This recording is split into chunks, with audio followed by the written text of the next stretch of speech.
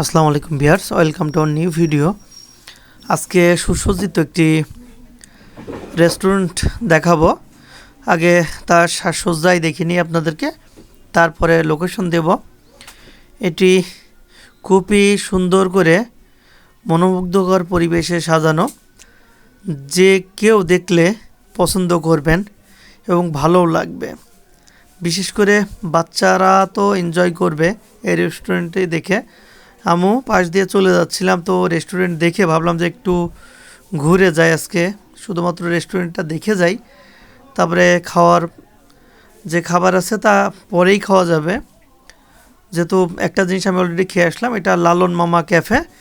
এটা কুষ্টিয়া রাহিনী বটতলা থেকে দক্ষিণ সাইডে যেতে একটু কিছু দূর যেয়ে আর কি এই রেস্টুরেন্টটি, যার কারুকাজ খুবই সুন্দর, আর খাবারের মান সম্পর্কে আমি আবার জানাবো আপনাদেরকে।